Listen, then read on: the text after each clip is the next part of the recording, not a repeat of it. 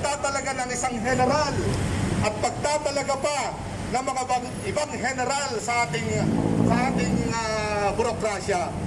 Kaya tinututulan natin ang ganitong pulisiya ng militarisasyon sa ating burokrasya at sa Department of Health.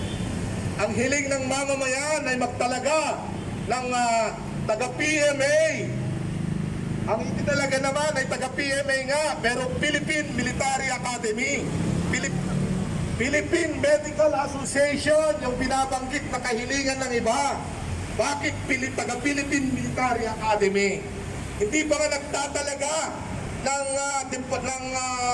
DOH Secretary, inuna pa yung pagtatalaga ng Undersecretary, yung mga medical practitioners natin para mamuno sa Department of Health?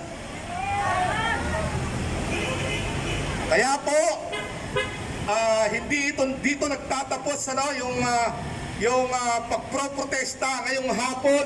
May tatalaga nga yung kasaysayan, sa ating kasaysayan, yung kauna-unahang pagpasok ng isang general dito sa Department of Health.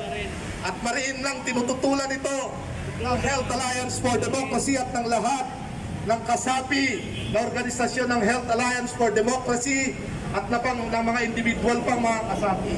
Maraming salamat at pakinggan po natin ang iba pang pahayag ng ating mga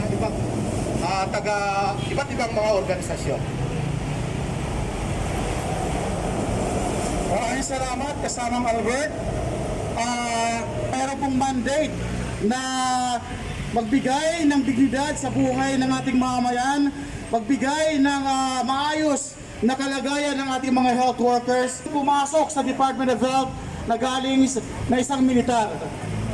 Ang utos para sa mga militar ay pumatay ng mga kriminal, subalit